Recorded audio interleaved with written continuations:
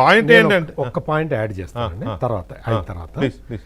ఇప్పుడు జగన్మోహన్ రెడ్డి ఇంత పెద్ద ట్వీట్ పెట్టాడు కదండి, చాలా పెద్ద ట్వీట్, చాలా పెద్ద 3 పేజీలు, 3 పేజీల ట్వీట్ కదా.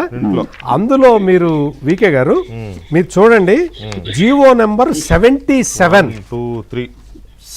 జీవో నెంబర్ 77 ప్రస్తావన ఉందేమో మీరు ఒక్కసారి చూడండి. నేను చూసినంత వరకు జీవో నెంబర్ 77 ప్రస్తావన లేదు. 4 and 47 ఉంది. అన్ని 2 4 4 అన్ని రకరకాలు ఉన్నాయి, కానీ జీవో నెంబర్ 77 గురించి జగన్మోహన్ రెడ్డి తన ట్వీట్ లో ప్రస్తావించలేదు.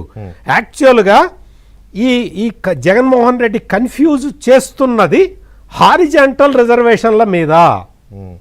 హారిజాంటల్ రిజర్వేషన్ల అంశం మీద జగన్మోహన్ రెడ్డి కన్ఫ్యూజ్ చేయాలని ప్రయత్నం చేస్తూ ఉన్నాడు. ఆయన కూర్చొని మాట్లాడించిన 23 మందో 24 మందో హారిజాంటల్ రిజర్వేషన్ల వల్ల ఉద్యోగాలు పొందలేకపోయారు. హారిజాంటల్ రిజర్వేషన్లు జీవో నెంబర్ 77 ద్వారా వచ్చినాయి. ఆ జీవో నెంబర్ 77 ఇష్యూ చేసింది 2023 ఆగస్టు 2వ తారీఖు. ఆ రోజు ఏ ప్రభుత్వం ఉన్నది, ఏ ముఖ్యమంత్రి ఉన్నాడు? అది మీరు అన్న విషయము అధికారులు జైన్ గారు చెప్పారు.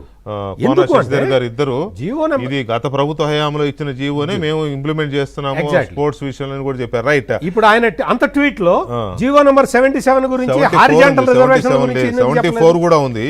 4, 47, 74 ఉన్నాయి కానీ 77 లేదు. రైట్. ఎనీవే పట్టాభి గారు, ఇక మనం ఈ